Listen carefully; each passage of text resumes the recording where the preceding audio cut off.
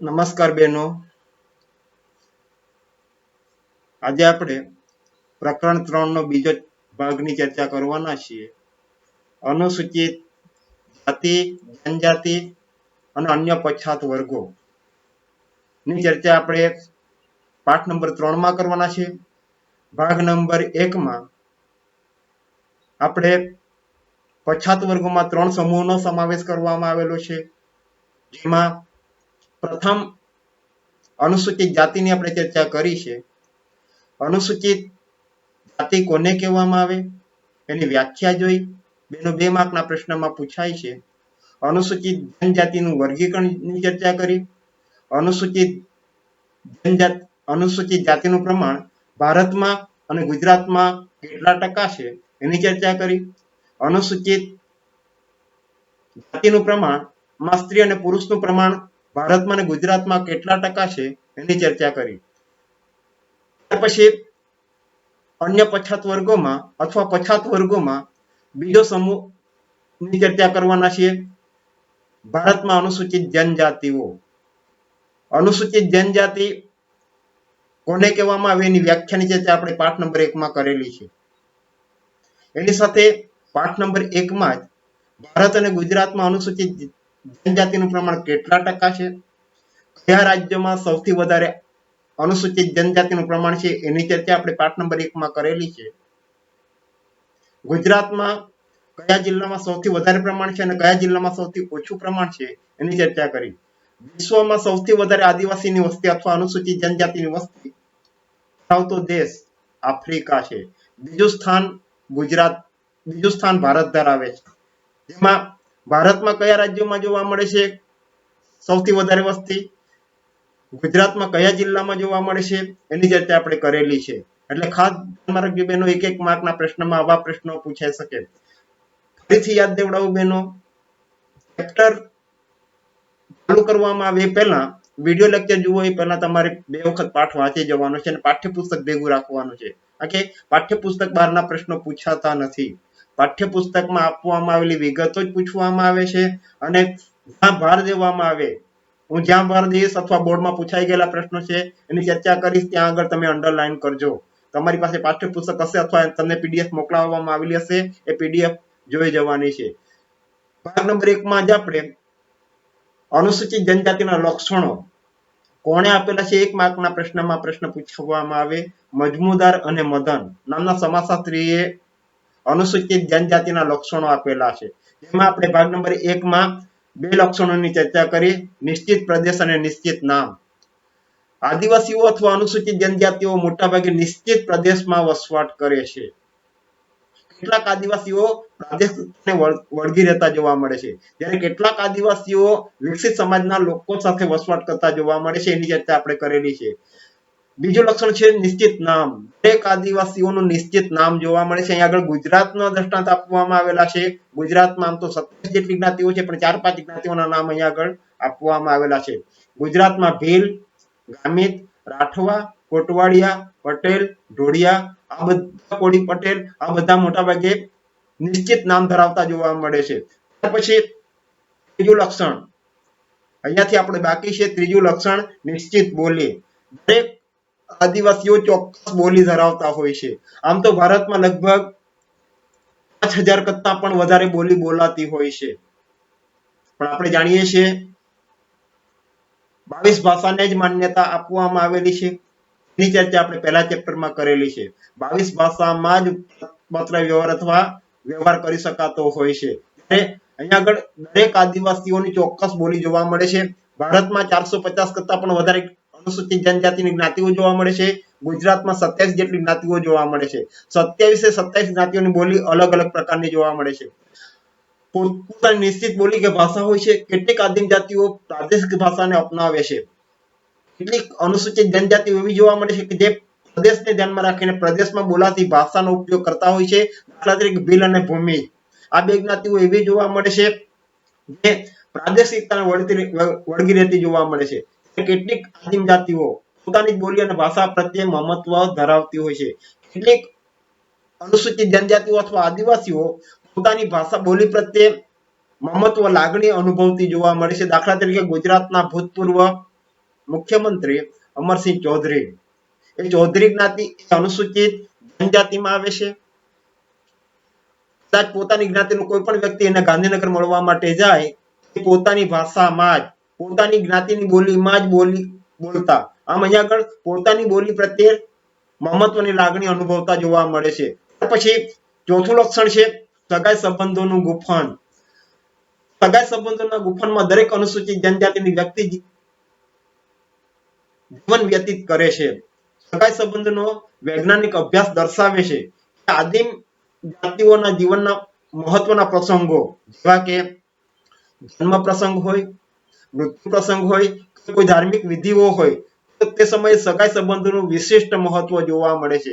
મોટાભાગે શ્રાદ્ધ વિધિ કરવામાં આવતી હોય, પૂર્વજ પૂજા કરવામાં આવતી હોય, શુભ અશુભ પ્રસંગોએ સગાઈ સંબંધો પર આધારિત રૂઢિઓ, આચારો, નિયમો અને રિવાજો દ્વારા વ્યક્તિના વર્તનને નિયંત્રિત તેમજ અમુક જ દિશામાં પ્રવાહિત કરવામાં આવતી જોવા મળે છે. એટલે કે મોટાભાગે શ્રાદ્ધ વિધિ સમૂહમાં કરવામાં આવતી હોય છે, પૂર્વજ પૂજામાં માનતા જોવા મળે છે, જેના આપણે આગળના લક્ષણમાં પણ જોવાના છીએ. ત્યાર પછી પાંચમું લક્ષણ છે આદિમ જાતિ પંચ. દરેક આદિવાસીઓનો આદિમ પંચ હોય છે, જાતિનું પંચ હોય છે. આપણે પહેલા બીજા ચેપ્ટરમાં જોયું ગ્રામીણ સમુદાયમાં વ્યક્તિના વર્તન ઉપર નિયંત્રણ મૂકવા માટે જ્ઞાતિ પંચ અને ગ્રામ પંચ જોવા મળતું. જ્યારે નગર સમુદાયમાં વ્યક્તિના વર્તન ઉપર નિયંત્રણ મૂકવા માટે પોલીસ તંત્ર જોવા મળતું હતું, ન્યાય તંત્ર જોવા મળતું હતું. અહીંયા આગળ અનુસૂચિત જનજાતિના પંચની પ્રભાવશાળી અસર જોવા મળે છે. પંચ કહે તે પરમેશ્વરની દ્રષ્ટિએ તેઓના સમાજમાં ન્યાયાધીશ અને કોર્ટનું કાર્ય પંચાયત કરે છે. કોઈને દંડ કરવો હોય, ગુના બદલ શિક્ષા કરવી હોય, છૂટાછેડા લેવા હોય, આવા પ્રસંગો મોટાભાગે પોતાની જ્ઞાતિના પંચ હોય. એ સર્વે બાબતમાં આદિમ જાતિ પંચની સર્વોપરી સત્તા કામ કરે છે. 1 માર્કના પ્રશ્નમાં પ્રશ્ન 2 નું પૂછવામાં આવે, અનુસૂચિત જનજાતિમાં પંચાયત કયું કાર્ય કરે, ન્યાયાધીશનું કાર્ય કોણ કરે છે? આદિમ જાતિ પંચ અથવા જાતિ પંચ કાર્ય કરતું હોય છે, સર્વોપરી સત્તા કામ કરે છે. રાજકીય દ્રષ્ટિએ રાજ્ય સરકારનું નિયંત્રણ હોવા છતાં આંતરિક વ્યવસ્થા તેમજ સામાજિક નિયંત્રણ પંચ પ્રથાને પ્રાધાન્ય આપવામાં આવે છે.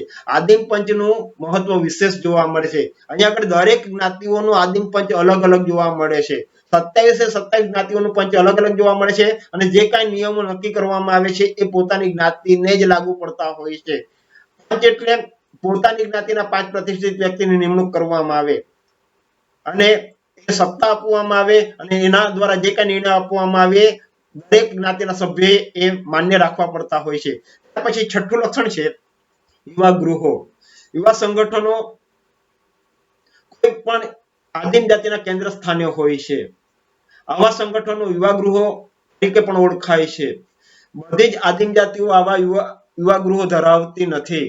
કેટલીક જ્ઞાતિઓ જોવા ધરાવે છે જ્યારે કેટલીક જ્ઞાતિઓ ધરાવતી નથી. મધ્યપ્રદેશમાં કેટલીક અનુસૂચિત જનજાતિઓ છે, આદિવાસીઓ છે, જેમાં મોટાભાગે યુવા ગૃહો જોવા મળે છે. બેનો 1 અથવા 2 માર્કના પ્રશ્નમાં પ્રશ્ન પૂછવામાં આવે છે, યુવા ગૃહ કયા કાર્યો કરે છે? અહીંયા આગળ 2 પ્રકારના કાર્યો આપવામાં આવેલા છે. આદિમ જાતિના અપરિણિત યુવક યુવતીઓનું સામાજિકરણ કરવાનું કાર્ય કરે છે અને તેઓનું સંસ્કૃતિનું આત્મસાતીકરણ કરવાનું કાર્ય યુવા ગૃહ દ્વારા કરવામાં આવે છે. 1 માર્કના પ્રશ્નમાં અથવા 2 માર્કના પ્રશ્નમાં પૂછવામાં આવે છે યુવા ગૃહ કયું કાર્ય કરે છે. ત્યાર પછીનું લક્ષણ છે અર્થવ્યવસ્થાનું સ્વરૂપ. આદિમ જાતિઓ અર્થવ્યવસ્થા એટલે કે આવક મેળવવા માટેના સાધનો અથવા નાણાં ક્યાંથી કઈ રીતે પ્રાપ્ત કરવામાં આવે છે એ. આદિમ જાતિઓમાં અર્થવ્યવસ્થાનું સ્વરૂપ વિકસિત સમાજની દ્રષ્ટિએ ઘણું ઓછું વિકસિત જોવા મળે છે. મોટાભાગના આદિવાસીઓ સાહુકારો પાસેથી ધિરાણ લેતા હોય છે. બેંક વ્યવસ્થા દ્વારા ધિરાણનું કાર્ય થતું જોવા મળે છે. લગભગ બેંકમાંથી ખૂબ ઓછા પ્રમાણમાં નાણાં ધિરાણ કરવામાં આવતું હોય છે, ત્યારે સાહુકારો પાસેથી નાણાં લેવામાં આવે છે અને સાહુકારો મોટાભાગે અનુસૂચિત જનજાતિ અથવા આદિવાસીઓનું શોષણ કરતા જોવા મળે છે, કારણ કે જે કાંઈ વ્યાજે નાણાં લેવામાં આવે છે એ 1 વર્ષે કે 2 વર્ષે ડબલ થઈ જતા હોય છે. 2%, 3%, 1 મહિનાના વ્યાજના દરે નાણાં મેળવવામાં આવતા હોય છે અને સાહુકારો પાસેથી એટલા માટે ઘણી વખત કહેવામાં આવે છે નાણાં લેવામાં આવે છે આદિવાસીઓ દેવામાં જન્મે છે, દેવામાં જીવે છે અને દેવામાં જ મૃત્યુ પામે. 8મી બાબત છે અદ્રશ્ય શક્તિઓમાં શ્રદ્ધા. અનુસૂચિત જનજાતિઓ અદ્રશ્ય અને અલૌકિક શક્તિઓમાં શ્રદ્ધા ધરાવે છે. ન જોઈ શકાય એવી શક્તિઓમાં શ્રદ્ધા ધરાવતા જોવા મળે છે. અદ્રશ્ય જોઈ શકાય નહીં એવી અલૌકિક તત્વ કોઈ પણ ટોટમ સાથે પોતાની આદિમ જાતિને અલૌકિક સંબંધ છે. ટોટમ એ આદિમ જાતિઓનું અથવા અનુસૂચિત જનજાતિઓનું ગોત્ર ચિહ્ન છે. આપણે આગળ જોવાના છીએ. અલૌકિક સંબંધ છે એમ તેઓ માને છે. તેમજ એ માન્યતાની આસપાસ અનેક માન્યતાઓ અને વહેમોને તેઓ વણી લે છે. અંધશ્રદ્ધાને તેઓ પોષે છે. સામન, બળવો અને ભગત જેવી ચમત્કારિક વ્યક્તિમત્તા ધરાવતી વ્યક્તિઓનું વિશેષ પ્રાધાન્ય અથવા મહત્વ આપવામાં આવતું હોય છે. સામન, બળવો અને ભગત એ ભુવાના પ્રકાર છે. સામન, બળવો અને ભગત એ ભુવાના પ્રકાર છે. એના પર વિશેષ વિશ્વાસ ધરાવતા હોય છે, પ્રાધાન્ય આપતા હોય છે એવી વ્યક્તિઓ પર. પછી 9મું લક્ષણ છે વિશિષ્ટ નૈતિક નિયમાવલી. દરેક અનુસૂચિત જનજાતિ ના ચોક્કસ પ્રકારના નિયમો ઘડવામાં આવેલા હોય છે અને એ નિયમો મોટાભાગે પોતાની જ્ઞાતિને લાગુ પાડવામાં આવતા હોય છે. દરેક આદિમ જાતિને પોતાની વિશિષ્ટ નૈતિક નિયમાવલી હોય છે. પોતાના સમાજને અથવા પોતાની જ્ઞાતિને ચલાવવા માટે ચોક્કસ પ્રકારના નિયમો ઘડવામાં આવેલા હોય છે અને એ નિયમોનું ચુસ્તપણે પાલન કરવાનું હોય છે. એ નીતિમત્તાને તેઓ કદી છોડતા નથી. દરેકે તેનું ચુસ્તપણે પાલન કરવાનું હોય છે. સમૂહ જીવનમાં નીતિમત્તાને તેઓ સૌથી વિશેષ પ્રાધાન્ય આપવામાં આવે છે. જ્ઞાતિ દ્વારા જે કાંઈ નિયમો ઘડવામાં આવેલા છે એ નિયમો દરેક જ્ઞાતિના વ્યક્તિઓએ ને પણ જે જ્ઞાતિમાં નિયમો ઘડવામાં આવેલા હોય એ જ્ઞાતિને લાગુ પડતા હોય છે. ત્યાર પછીનું લક્ષણ છે સામાજિક ધાર્મિક નિષેધાવસ્થા. અનુસૂચિત જનજાતિઓમાં સામાજિક ક્ષેત્રે તેમજ ધાર્મિક ક્ષેત્રે અનેક નિષેધો નું પાલન કરવાનું હોય છે. સામાજિક સંબંધોમાં પરિહારના સંબંધો તેઓની સામાજિક નિષેધ અવસ્થાનું દર્શન કરાવે છે. અનુસૂચિત જનજાતિમાં મોટાભાગે સંબંધો બે પ્રકારના જોવા મળે છે: પરિહારના સંબંધો અને પરિહાસના સંબંધો. પરિહાસના સંબંધોમાં હાસ્ય કરવામાં આવે છે, મજાક કરવામાં આવે છે. પરિહારના સંબંધોમાં મોટાભાગે ચોક્કસ પ્રકારના નિયમો ઘડવામાં આવેલા હોય છે. એ નિયમોનું પાલન કરવાનું હોય છે. દાખલા તરીકે અનુસૂચિત જનજાતિમાં સાસુ જમાઈનું નામ લેતી નથી, સસરા પુત્રવધુનું નામ લેતા નથી. ચોક્કસ પ્રકારના નિયમો નક્કી કરવામાં આવેલા હોય છે, એનું પાલન કરવાનું હોય છે. ધાર્મિક વિધિઓ અને ક્રિયાઓમાં પણ પવિત્રતાનો ખ્યાલ તેઓમાં હોય છે. સામન માટે સ્ત્રીઓ માટે અનેક નિષેધો પાડવાના હોય છે. આવા નિષેધો વ્યક્તિની વર્તણૂકને નિયંત્રિત કરતા જોવા મળે છે. પછી 11મું લક્ષણ છે ગૂઢ શક્તિઓનું પ્રાધાન્ય. અહીંયા આગળ 2 માર્કના પ્રશ્નમાં પ્રશ્ન પૂછવામાં આવે છે. આદિમ જાતિમાં કઈ ગૂઢ શક્તિઓ જોવા મળે છે? 2 માર્કના પ્રશ્નમાં પ્રશ્ન પૂછવામાં આવે છે. અહીંયા આગળ 7 થી 8 આપવામાં આવેલી છે. જેમાં વિશ્વાસ ધરાવવામાં આવતો હોય છે. આદિમ જાતિના લોકો વિવિધ પ્રકારોની ગૂઢ શક્તિઓમાં શ્રદ્ધા ધરાવે છે. ટેકરીની ગૂઢ શક્તિઓ, જંગલની ગૂઢ શક્તિઓ, પૂર્વજોની ગૂઢ શક્તિઓ, મૃતવીરોની ગૂઢ શક્તિઓ, ગામની ગૂઢ શક્તિઓ, ભૂત, ચુડેલ, ડાકણ જેવી અનિષ્ટકારક ગૂઢ શક્તિઓમાં શ્રદ્ધા ધરાવે છે.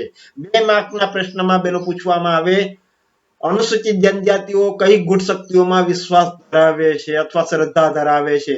7 થી 8 નામો આપવામાં આવેલા છે. પછી ટેકરીની ગૂઢ શક્તિઓ હોય, જંગલની ગૂઢ શક્તિઓ હોય, પૂર્વજોની ગૂઢ શક્તિઓ હોય કે મૃતવીરોની ગૂઢ શક્તિઓ હોય. આમાંથી આપણને 5 થી 6 આવડતી હોવી જોઈએ. ત્યાર પછી આવે છે મૃત્યુ પછીના જીવનમાં શ્રદ્ધા. અનુસૂચિત જનજાતિના સભ્યો મૃત્યુ પછીના જીવનમાં શ્રદ્ધા ધરાવે છે, એટલે કે પુનર્જન્મમાં માનતા જોવા મળે છે. પૂર્વજ પૂજા અને પ્રકૃતિ પૂજા શરીરમાંથી મુક્ત થઈને આત્માનું અસ્તિત્વ ટકી રહે છે. મોટાભાગે માણસ મૃત્યુ પામ્યા પછી એ પુનર્જન્મ લે છે, આત્માનું ફરીથી અસ્તિત્વ થાય છે, અસ્તિત્વ ટકી રહે છે એવું માને છે. એ ફિલસૂફીમાંથી ઉદ્ભવેલી જોવા મળે છે. મૃત્યુ પામેલી વ્યક્તિઓને ખુશ કરવા સમૂહ શ્રાદ્ધ પણ ઉજવવામાં આવે છે. મૃત્યુ પામેલી વ્યક્તિની સાથે વાપરવા માટે વસ્તુ મૂકવામાં આવે છે. આ સર્વ રિવાજો તેઓની મૃત્યુ પછીના જીવનની શ્રદ્ધા પ્રકટ કરતી જોવા મળે છે. મોટાભાગે અનુસૂચિત જનજાતિના લોકો મૃત્યુ પછીના જીવનને સ્વીકારતા નથી એવું નથી, પણ મોટાભાગના જ્ઞાતિના વ્યક્તિઓ પુનર્જન્મને માન્યતા આપતા હોય છે. હિન્દુ સમુદાયમાં જોવા મળે છે કોકના ઘરે અવસાન થયું હોય તો એ સમયે અવસાનના દિવસે થાળીમાં લોટ મૂકવામાં આવે, પગલા પડે અને માની લેવામાં આવે આ યોનિમાં જન્મ લીધો છે. અનુસૂચિત જાતિમાં જ જોવા મળતું નથી, મોટાભાગની જ્ઞાતિઓમાં આ જોવા મળતું હોય છે. ત્યાર પછી 13મું લક્ષણ છે ગોત્ર ચિહ્ન, નિષેધ અને સુંદરણાનું મહત્વ. ભારતની અનેક અનુસૂચિત જનજાતિઓ ગોત્ર ચિહ્નમાં શ્રદ્ધા ધરાવે છે. ગોત્ર ચિહ્નમાં આસપાસ વણાયેલી વર્તન પ્રણાલીમાંથી ગોત્ર ચિહ્નવાદ ઉદ્ભવે છે. મોટાભાગે ગોત્ર ચિહ્ન આપણા પાઠ્યપુસ્તકમાં સામે ચિત્ર પણ આપવામાં આવેલું છે, જે અનુસૂચિત જનજાતિનું ગોત્ર ચિહ્ન છે, ટોટેમ છે. અનુસૂચિત જનજાતિનું ગોત્ર ચિહ્ન છે, ઉદ્ભવે છે. તે રીતે નિષેધોનું પ્રાધાન્ય તેઓમાં સવિશેષ પ્રાપ્ત થાય છે. અમુક બાબતોમાં ચોક્કસ પ્રકારના નિષેધો નક્કી કરવામાં આવેલા છે અને એ નિષેધો માટે ચોક્કસ પ્રકારના નિયમો નક્કી કરવામાં આવેલા છે. કેટલાક આદિવાસીઓ સુંદરણા સુંદાવાનો રિવાજ ધરાવતા હોય છે. મોટાભાગે રાજસ્થાનમાં આવેલ અનુસૂચિત જનજાતિઓમાં સુંદાવાનો રિવાજ જોવા મળે છે. આમ ટોટેમ, ટીબુ અને ટેટુ એ ત્રણેયનું અસ્તિત્વ લગભગ બધી જ આદિમ જાતિઓમાં જોવા મળે છે. ત્યાર પછી વસ્ત્ર પરિધાન 14મું લક્ષણ છે.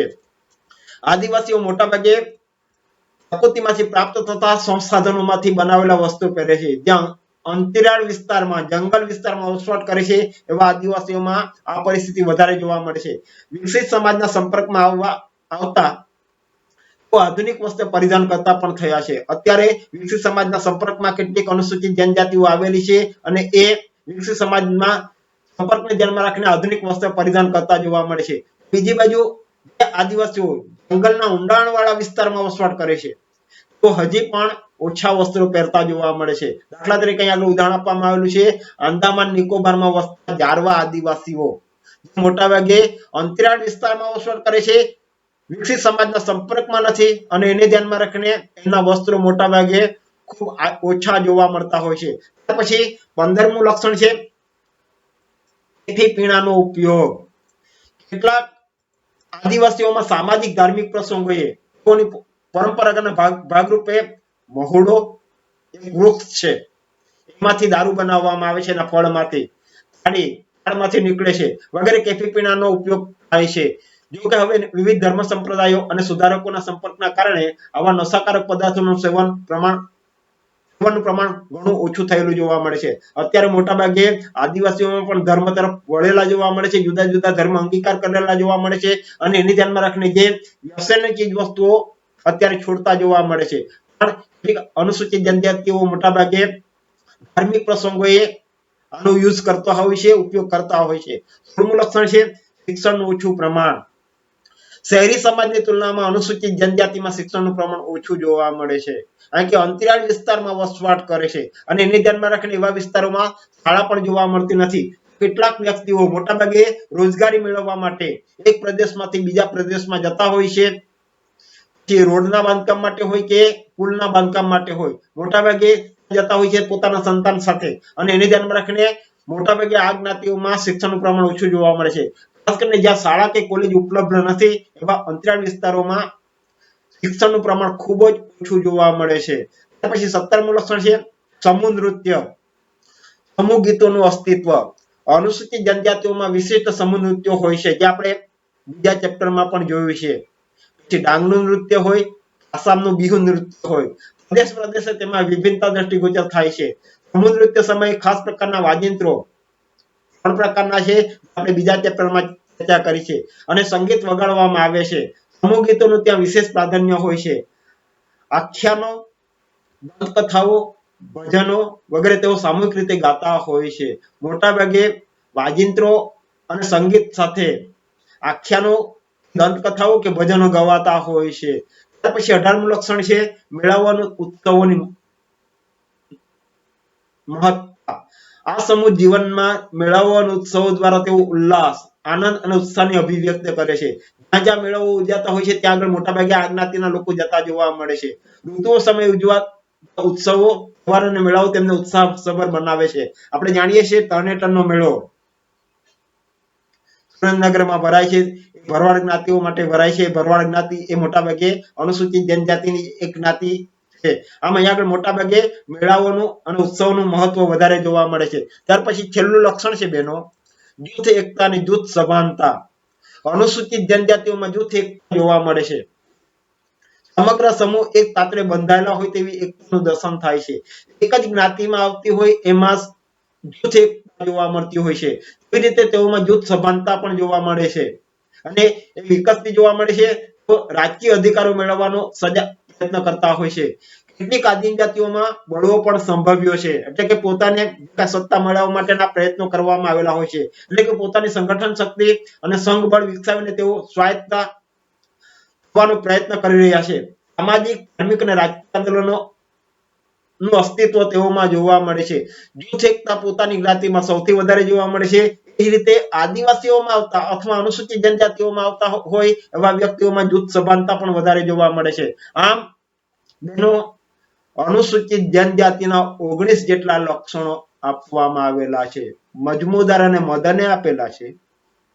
બહેનો ધ્યાનમાં રાખજો, બીજા ચેપ્ટરમાં આપણે જોયું છે આદિવાસી સંસ્કૃતિના લક્ષણો અલગ છે, આદિવાસી સંસ્કૃતિના કળાના વિશિષ્ટ લક્ષણો અલગ છે, આદિવાસી સમુદાયના લક્ષણો અલગ છે, લાક્ષણિકતા અલગ છે. અને અહીંયા આગળ આપવામાં આવેલા 19 લક્ષણો. બહેનો અહીંયા આગળ 3 માર્કના પ્રશ્નમાં પ્રશ્ન પૂછવામાં આવે તો આપણને ઓછામાં ઓછા 4 થી 5 લક્ષણો આવડતા હોવા જોઈએ. અહીં એ પણ સમજવું જરૂરી છે કે ભારતની આદિમ જાતિઓ વિશે ઉપર દર્શાવેલા બધા જ લક્ષણો લગભગ જોવા મળતા નથી. કેટલાક લક્ષણો અંતરાળ વિસ્તારોમાં જોવા મળે છે, એ વિસ્તારમાં વસતી જ્ઞાતિઓમાં જોવા મળે છે. બાકી બધા જ લક્ષણો આ જ્ઞાતિઓમાં છે એમ કહી શકાતું નથી. એટલે જે કઈ લક્ષણો આપવામાં આવેલા છે એ લક્ષણોમાંથી અમુક લક્ષણો જ જોવા મળે છે, બધા લક્ષણો જોવા મળતા નથી. ત્યાર પછી આવે છે ભારતમાં આદિમ જાતિઓનું વર્ગીકરણ. 3 માર્કની ટૂંક નોંધમાં અથવા 2 માર્કના પ્રશ્નમાં અથવા 1 માર્કના વિકલ્પમાં પ્રશ્ન મૂકવામાં આવે છે. 2 માર્કના પ્રશ્નમાં અથવા 1 માર્કના પ્રશ્નમાં અથવા 3 માર્કની ટૂંક નોંધમાં ભારતની આદિમ જાતિનું ભૌગોલિક રીતે વર્ગીકરણ સમજાવો, સાંસ્કૃતિક દ્રષ્ટિએ વર્ગીકરણ સમજાવો, ભાષાકીય રીતે વર્ગીકરણ સમજાવો. 3 માર્કના પ્રશ્નમાં પૂછાય અથવા 2 માર્કના પ્રશ્નમાં પૂછાય. ભારતની આદિમ જાતિનું વર્ગીકરણ કઈ 6 વિભાગમાં વર્ગીકરણ કરવામાં આવેલું છે, ફક્ત પોઈન્ટ લખવાના છે. અહીંયા આગળ 6 વિભાગ આપવામાં આવેલા છે. કેટલીક માહિતી છે એ 1 માર્કના પ્રશ્નમાં પણ પૂછવામાં આવે છે. એમાં પહેલો પોઈન્ટ છે ભૌગોલિક રહેઠાણની દ્રષ્ટિએ. એમાં 3 વિભાગ પાડવામાં આવેલા છે. પહેલો વિભાગ છે ઉત્તર પૂર્વ વિસ્તાર. આમાં લદ્દાખ, જેમાં જમ્મુ અને કાશ્મીર આવી જાય છે, હિમાચલ પ્રદેશ, ઉત્તર પ્રદેશ, સિક્કિમ. ઉત્તર પૂર્વ વિસ્તાર જેમાં 7 રાજ્યોનો સમાવેશ કરવામાં આવેલો છે, અરુણાચલ પ્રદેશ, આસામ, મેઘાલય, મિઝોરમ, નાગાલેન્ડ, મણિપુર અને ત્રિપુરા. આ 7 રાજ્યોનો ઉત્તર પૂર્વ વિસ્તારમાં સમાવેશ કરવામાં આવેલો છે. ત્યાર પછી બીજો વિભાગ મધ્યવર્તી કે કેન્દ્રનો વિસ્તાર. આમાં પશ્ચિમ બંગાળ આવે, ઓડિશા, બિહાર, દક્ષિણ ઉત્તર પ્રદેશ, દક્ષિણ રાજસ્થાન, ગુજરાત, મધ્યપ્રદેશ અને મહારાષ્ટ્રનો સમાવેશ થાય છે. બેનો 1 અથવા 2 માર્કના પ્રશ્નમાં પ્રશ્ન પૂછવામાં આવે ભૌગોલિક રહેઠાણની દ્રષ્ટિએ ઉત્તર પૂર્વ વિસ્તારમાં કયા રાજ્યોનો સમાવેશ કરવામાં આવેલો છે, મધ્યવર્તી કે કેન્દ્રનો વિસ્તારમાં કયા રાજ્યોનો સમાવેશ કરવામાં આવેલો છે, દક્ષિણ વિસ્તારમાં કયા રાજ્યોનો સમાવેશ કરવામાં આવેલો છે. દક્ષિણ વિસ્તારમાં આંધ્રપ્રદેશ, તામિલનાડુ, કર્ણાટક, કેરળ, આંદામાન અને નિકોબાર જે કેન્દ્ર શાસિત વિસ્તારો છે અને લક્ષદ્વીપનો સમાવેશ કરવામાં આવેલો છે. મધ્યવર્તી વિસ્તારોમાં સૌથી વધુ આદિવાસી વસ્તી જોવા મળે છે. અનુસૂચિત જનજાતિનું સૌથી વધારે પ્રમાણ મધ્યવર્તી એટલે કે પશ્ચિમ બંગાળ, ઓરિસ્સા, બિહાર, દક્ષિણ ઉત્તર પ્રદેશ, દક્ષિણ રાજસ્થાન, ગુજરાત, મધ્યપ્રદેશ અને મહારાષ્ટ્રમાં મોટા ભાગે આદિવાસીઓનું પ્રમાણ અથવા અનુસૂચિત જનજાતિનું પ્રમાણ સૌથી વધારે જોવા મળે છે. ત્યાર પછી આવે છે બીજા વિભાગનું વર્ગીકરણ વસ્તી પ્રમાણની દ્રષ્ટિએ. બેનો આ પ્રશ્ન બોર્ડમાં હેતુલક્ષી પ્રશ્નમાં પૂછાઈ ગયેલો છે. અનુસૂચિત જનજાતિનું વસ્તીનું પ્રમાણની દ્રષ્ટિએ કોણે વિભાજન કરેલું છે? બ્રિજરાજ ચૌહાણ, ડોક્ટર બ્રિજરાજ ચૌહાણ. આદિમ જાતિઓના વસ્તી પ્રમાણના બે ભાગ પાડે છે. 1 માર્કના પ્રશ્નમાં પૂછવામાં આવે, ડોક્ટર બિરબલરાજ ચૌહાણ આદિમ જાતિઓના વસ્તી પ્રમાણને કયા બે વિભાગમાં વિભાજિત કરે છે? જેમાં પહેલો વિભાગ છે ખૂબ જ ઓછી વસ્તી વાળા પ્રદેશો અને રાજ્યો, અને બીજો છે ખૂબ જ મોટા પ્રમાણમાં વસ્તી વાળા પ્રદેશો અને રાજ્યો. પછી ત્રીજો વિભાગ છે સાંસ્કૃતિક દ્રષ્ટિએ. ડોક્ટર વેરિયર એલ્વિન, પ્રોફેસર દાસ અને સામાજિક કાર્યકર પરિષદે સાંસ્કૃતિક દ્રષ્ટિએ વર્ગીકરણ કરેલું છે. ડોક્ટર વેરિયર એલ્વિને સાંસ્કૃતિક દ્રષ્ટિએ 4 વિભાગમાં વિભાજિત કરેલા છે. ડોક્ટર બિરબલરાજ ચૌહાણે વસ્તીની દ્રષ્ટિએ 4 વિભાગ પાડેલા છે, ત્યારે વેરિયર એલ્વિને સાંસ્કૃતિક દ્રષ્ટિએ 4 વિભાગ પાડેલા છે. એનો પ્રશ્ન બદલાઈ જાય છે, ધ્યાન રાખજો. પ્રથમ વિભાગમાં સહિયારી જમીન વાળા લોકોનો સમાવેશ થાય છે. બધાની જમીન સહિયારી, કોઈ વ્યક્તિગત નહીં. ખૂબ પછાત જીવન જીવે છે, અજાણ્યા લોકોના સંપર્કમાં આવતા ડરે છે. દાખલા તરીકે બસ્તરના મોરિયા, ઓડિશાના બોંદો અને જુઆંગ, જે મોટા ભાગે અંતરિયાળ વિસ્તારમાં વસવાટ કરે છે. જે કઈ જમીન વિસ્તાર છે એ સહિયારો જોવા મળે છે, કોઈ એક વ્યક્તિનો માલિકીનો જોવા મળતો નથી. બીજો વિભાગ, જો જંગલ અને ડુંગરોમાં રહે છે, સમૂહ જીવન જીવે છે, બહારના લોકો સાથે સંપર્ક ઓછો છે, વિકસિત સમાજના સંપર્કમાં આવેલા નથી. ત્રીજો વિભાગ, આ વિભાગમાં લોકોની સંખ્યા વિશેષ છે, વધુ છે, પોતાની સંસ્કૃતિમાં હવે બદલાવ લાવી રહેલા છે. તેમાંના કેટલાક પરંપરાગત સંસ્કૃતિને ત્યજી વિચલિત વતન તરફ વળેલા જોવા મળે છે, એટલે કે વિકસિત સમાજના સંપર્કમાં આવેલા જોવા મળે છે. અને ચોથો વિભાગ, સરદારો, મોરિયા જેવા જમીનદારોનો સમાવેશ કરવામાં આવે છે. અને એ જ્ઞાતિઓ મોટાભાગે આર્થિક રીતે સદ્ધર અને સમૃદ્ધ જોવા મળતી હોય છે. આમ વેરિયર એલ્વિને સાંસ્કૃતિક દ્રષ્ટિએ 4 વિભાગમાં વર્ગીકરણ કરેલું છે. ત્યાર પછી આવે છે આર્થિક દ્રષ્ટિએ. કેટલાક માનવશાસ્ત્રીઓ આદિમ જાતિનું વર્ગીકરણ આર્થિક રીતે કરેલું છે. જેમાં આવક મેળવવાના સાધનને ધ્યાનમાં રાખીને શિકારમાંથી આવક મેળવે છે, પશુપાલનમાંથી આવક મેળવે છે, ખેતીમાંથી આવક મેળવે છે, કારખાનામાંથી આવક મેળવે છે અને ઉદ્યોગોમાંથી આવક મેળવે છે. આ રીતે આર્થિક દ્રષ્ટિએ કેટલાક માનવશાસ્ત્રીઓ એનું વર્ગીકરણ કરેલું છે. પછી પાંચમી બાબત છે, પાંચમો વિભાગ, ભાષાકીય દ્રષ્ટિએ. ભારતની સર્વ આદિમ જાતિને ભાષાકીય દ્રષ્ટિએ મહત્વના 3 ભાષા કુટુંબો સાથે વર્ગીકૃત કરવામાં આવેલા છે. 3 ભાષાઓને ધ્યાનમાં રાખીને વર્ગીકૃત કરવામાં આવેલા છે. એમાં પહેલું છે ઓસ્ટ્રેટ ભાષા કુટુંબ. એમાં પૂર્વ ભારતના આદિવાસીઓ જ્ઞાતિઓના નામ આપવામાં આવેલા છે, કોલ, મુંડા અને ખાસી. આદિવાસી બોલીઓ ઓસ્ટ્રો એશિયાટિક ભાષા કુટુંબમાં સમાવેશ કરવામાં આવે છે. ઓસ્ટ્રેટ ભાષામાં કયા કુટુંબોનો સમાવેશ કરવામાં આવે? 1 માર્કના પ્રશ્નમાં પ્રશ્ન પૂછવામાં આવે. કોલ, મુંડા અને ખાસી. ત્યાર પછી દ્રાવિડિયન ભાષા કુટુંબો, એમાં તામિલ, તેલુગુ, કન્નડ અને મલયાલમનો સમાવેશ થાય છે. આંધ્રમાં વસતા ગોંડ, દક્ષિણ ભારતમાં વસતા કાદર, ઇસ્લા, નેચુ, તોડા વગેરે આદિમ જાતિઓનો સમાવેશ આમાં કરવામાં આવેલો છે. 2 માર્કના પ્રશ્નમાં પ્રશ્ન પૂછવામાં આવે. ખાસ ધ્યાનમાં રાખજો, દ્રાવિડ ભાષામાં કોનો સમાવેશ કરવામાં આવે. ત્યાર પછી બીજી ભાષા છે સિનો તિબેટ ભાષા કુટુંબો. એમાં તિબેટ, બર્મા અને સિયામી ચીનીનો સમાવેશ કરવામાં આવે છે. દાર્જિલિંગ અને હિમાલયમાં વસતી આદિમ જાતિઓ આ ભાષા બોલતી જોવા મળે છે. ત્યાર પછી છઠ્ઠો વિભાગ છે આદિ તત્વો, જાતિ તત્વોની દ્રષ્ટિએ. આમાં નિશ્ચિત શારીરિક લક્ષણો જેવા કે માથું, નાક, ખોપરીનું ઘનત્વ, કદ, રક્ત સમૂહ વગેરેના આધારે સમાવેશ થતો જોવા મળે છે. બહેનો, અહીંયા આગળ આપણે 11મા ધોરણમાં જાતિને ધ્યાનમાં રાખીને 4 વિભાગો પાડવામાં આવેલા છે. નિગ્રોઇડ, ઓસ્ટ્રોલોઇડ, મોંગોલોઇડ અને કોકોસોઇડ. શરીરના ચોક્કસ લક્ષણને ધ્યાનમાં રાખીને જાતિ પાડવામાં આવેલી છે.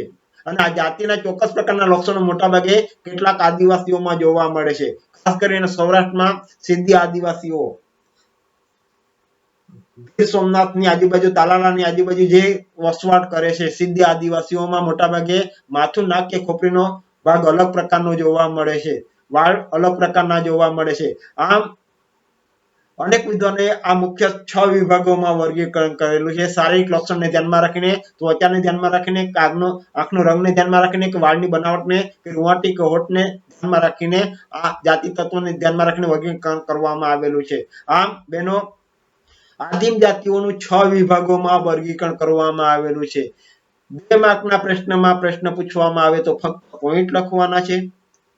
3 માર્કના પ્રશ્નમાં પૂછવામાં આવે કોઈ પોઈન્ટ પૂછવામાં આવેલો હોય એ પોઈન્ટની વિગતો લખવાની છે. વસ્તીની દ્રષ્ટિએ કોણે વર્ગીકરણ કરેલું છે, સાંસ્કૃતિક દ્રષ્ટિએ કોણે વર્ગીકરણ કરેલું છે, 1 અથવા 2 માર્કના પ્રશ્નમાં પ્રશ્ન મૂકવામાં આવે તો જે પ્રમાણે પ્રશ્ન મૂકવામાં આવે એ પ્રમાણે એનો જવાબ લખવાનો છે.